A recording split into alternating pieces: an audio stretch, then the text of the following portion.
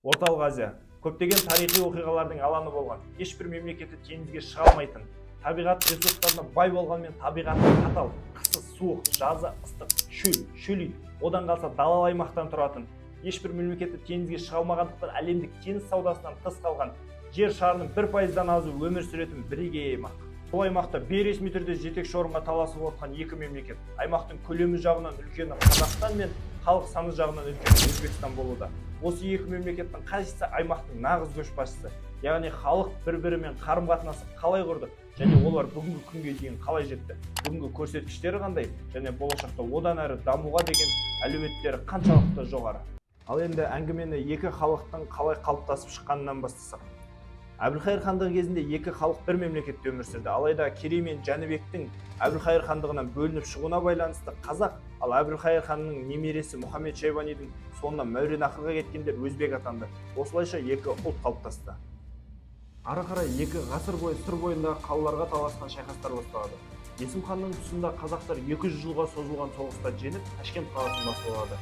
Алайда тағы араға екі ғасыр салып 19 ғасырдың бас жағында бұхарлықтар Ташкент қаласын тартып алады. 18 ғасырда қазақ жерінде жоңғарларға қарсы ұлы отан соғысы жүріп жатса, өзбек жерінде Шайбан мемлекеті құлап, үш ірі хандық пайда болды. Олар Бұхар әмірлігі, Хиуа хандығы, Қоқан хандығы. Бұл мемлекеттер бір-бірінен тәуелсіз дамыса да, араларында жиі саяси және де әскери қақтығыстар болып тұрды. Бұл үш хандықтың бірліксіздігі мен өзара жауластығы, оның үстіне қазақтардың өз ішінен 300-ге бөлініп жатуы Ресей империясының Орталық Азияға кіруін жеңілдетті. Ары қарай бұл мемлекеттер арасында шекара болмай, тұтас Орталық Азия Түркістан аймағына немесе Түркістан генерал-губернаторлығына бірікті. Бұл халықтардың өзара тығыз байланысып, қарама-қайшылықтардың туындауына алып келді. Кеңес заманында Қазақстан жері мен Өзбекстан жері Қырғыз әкістері мен Түркістан әкістері арасында бөлінген болатын. 1924 жылы межелеу нәтижесінде Ташкент өзбек ағайындарға беріліп, бірден өзбек кісілері құрылды. Ал Қазақстан болса тек 1936 жылы одақтас республикаға айналған болатын. 1931-33 жылдардағы ашаршылық Қазақстан үшін тарихтың ең қаралы беттерінен бірі. Ал Өзбекстанмен салыстырсақ, олардың бұл кезде демографиялық шығыны әлдеқайда аз болды. Өзбекстанда кейбір аймақтарында ашаршылық болды, бірақ Өзбекстан бұл қиын кезеңді жеңілірек өткерді.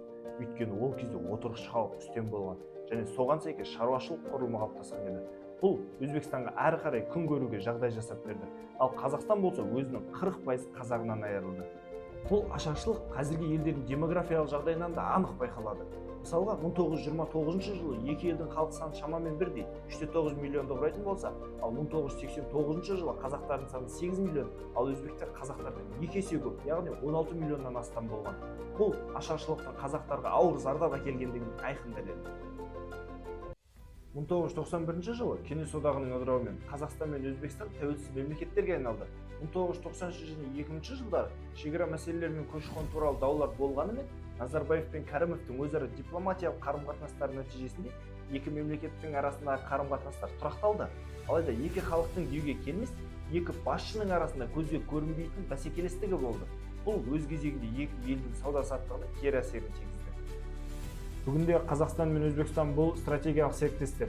Қазақстан экономикалық жағынан күшті және әскери әлеуеті жоғары болатын болса, Өзбекстан өнеркәсіпті, ауыл шаруашылығын және текстильді дамытуға бағытталған реформалар жүргізуде. Ең алдымен екі елдің әскерін салыстырайық. 2025 жылғы әскери күш рейтингісі бойынша Қазақстан 57-ші, ал Өзбекстан 58-ші орында. Яғни бұл жағынан екі мемлекет бірдей дәрежеде. Халықаралық қауіпсіздік бойынша эксперт маман Эмир Джаббаровтың пікірінше, Қазақстанда әскери мамандықтардың көбісі орыс тілінде оқытылады және бұл ұлттық проблеманы туғызып жатыр. Салыстырмалы түрде қарасақ, Өзбекстанның әскері бұл жағынан әлдеқайда ұлттық, яғни өзбек тілі барлық әскери мамандықтарды игерген, қолданысқа енгізілген. Бірақ бұл жерде Эмир Джаббаров тілге байланысты жағдайлар әр жерде әртүрлі болуы мүмкін екендігін ескерген жөн деп санайды. Объективті түрде Өзбекстанның әскері Қазақстанға қарағанда сан жағынан үлкен. Бұл ең алдымен қарапайым халық саны жағынан недәуір айырмашылықтармен түсіндіріледі. Алайда Қазақстан қаржыландыру, базалық қамтамасыз ету жағынан өз көршісі Өзбекстаннан озып тұр. Қорыта айтқанда әскери саламен салыстыратын болсақ, бұл жерде кім мықты екеніне нақты жауап табу қиын. Қазақстан Өзбекстанды әскери қаржыландыру бойынша артта қалдырды. Қазақстан өзінің жалпы ішкі өнімінің 1%, яғни 2,6 миллиард теңгені жыл сайын әскери салаға бөледі. Ал Өзбекстан бар жоғы 700 миллион теңгеге де жетпейді, яғни 4 есеге жуық аз. Алайда соған қарамастан бір ғана орын алда тұрғанымыз өкінішті. Тіпті біздің алдымызда тұрған 10-нан астам елдің әскери бюджеті біздікінен аз. Бұның барлығы елдегі жемқорлықтың кесірі. Алайда Өзбекстан Қазақстанды нақты әскери дайындықтар бойынша, яғни әскери практика бойынша басып озады. Өзбекстан өзінің оңтүстік көршілерімен үнемі әскери қақтығыста, соның салдарынан оның әскерінің тәжірибесі көп. Ал Қазақстан бұл кезекте өзбек әскеріне есе жібереді. 2024 жылғы мәлімет бойынша Қазақстанның жалпы ішкі өнімі шамамен 288 миллиард долларды құрады. Бұл алдыңғы жылмен салыстырғанда 4,8%-ға жоғары. Өзбекстандікі болса бұл көрсеткіш 115 миллиард доллар, 6,5%-ға өскен, екі еселік айырмашылық. Ал жалпы ішкі өнімді жан басына шағатын болса, елімізде әр тұрғынға 12.918 доллардан келеді. Ал Өзбекстанда адам басына 2.849 доллардан түседі. Қазақстанда экспортының негізгі бөлігі оның табиғи ресурстары, мұнай, газ, уран, металл болса, Өзбекстан үшін бұл тоқыма өндірісі, ауыл шаруашылығы, азық-түлік, газ, алтын болуда. Экономикалық реформалар көп жағдайда Өзбекстанда тиімдірек жүргізілуде, ал Қазақстан жайлы олай айту қиын. Соған қарамастан жалпы ішкі өнім және инвестиция тарту бойынша Қазақстан көш бастап тұр, бірақ Өзбекстан жоғарғы өсу қарқыны арқылы бәсекеге түсуде. Экономикалық реформалар көп жағдайда Өзбекстанда тиімдірек жүргізілуде, ал Қазақстан жайлы олай айту қиын. Соған қарамастан жалпы ішкі өнім және инвестиция тарту бойынша Қазақстан көш бастап тұр, бірақ Өзбекстан жоғарғы өсу қарқыны арқылы бәсекеге түсуде. Ал енді екі елдегі демократиялық жағдайға келсек. Сөз бостандығы бойынша Қазақстан 122-ші, ал Өзбекстан 148-ші орында. Екі елде де демократия бар деп айтуға келмейтіндей қанды оқиғалар бар. Бірінші Өзбекстандағы Анжан оқиғасынан бастасақ. 2005 жыл Өзбекстанның Анжан қаласында билік 23 кәсіпкерді діни ұйымға мүше болды деп қамауға алады. Ертесіне наразы халық кәсіпкерлерге бостандық сұрап алаңға шығады.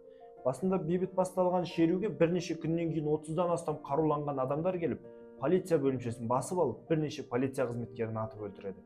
Полиция бөлімшесінен қаруланып алған қылмыскерлер түрмеге шабуыл жасап, 2000-ға жуық адамды босатады.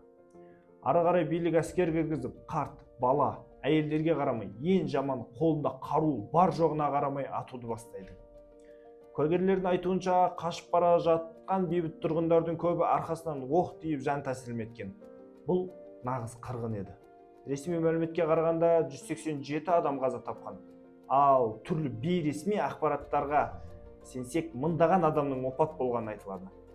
Араға жылдар салып, осы оқиғаға сценарий жағынан ұқсас қаңтар оқиғасы орын алады.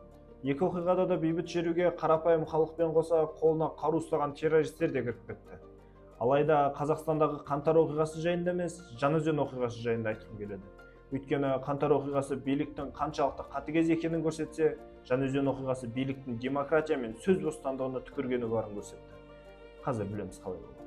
Тәуелсіздіктің 33 жылында Қазақстанда екі-ақ президент қана ауысты. Бірі супер президенттік, автократиялық, диктаторлық билік орнаған Назарбаев кезеңі болса, екіншісі елбасының өзі тағайындап берген Тоқаев билігі. Бұндай басқару формасы Орталық Азияның барлық елдеріне тән.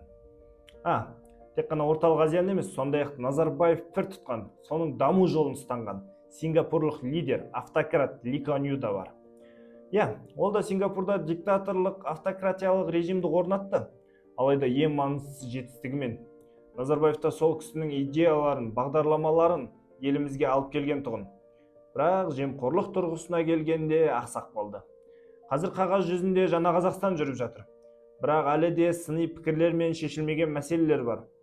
Сыртқы саясатта Қазақстан көп векторлы саясат ұстанады, яғни Ресей, Қытай, Батыспен теңгерімді байланыс орнатуға тырысады. Ал Өзбекстанның ішкі кухнясында не болып жатыр? Бұл елде жаңа айтып кеткендей автократиялық жүйені Кәрімов дәуірін басынан өткерген. Кәрімов деген кім десеңіз, біздің Назарбаевтың Өзбекстандағы нұсқасы. 2016 жылы жаңа президент Мирзиёев келуімен айтарлықтай өзгерістер орын алды десек болады. Ашықтыққа бетбұрыс жасалды, әсіресе экономика мен халықаралық қатынаста. Алайда әлі де саяси плюрализм жетіспеуде. Қысқаша айтқанда, Қазақстан тұрақтылық пен сыртқы саясатта салмақтылығымен ерекшеленсе, Өзбекстан соңғы жылдары жылдам реформалар арқылы алға ұмтылып келеді.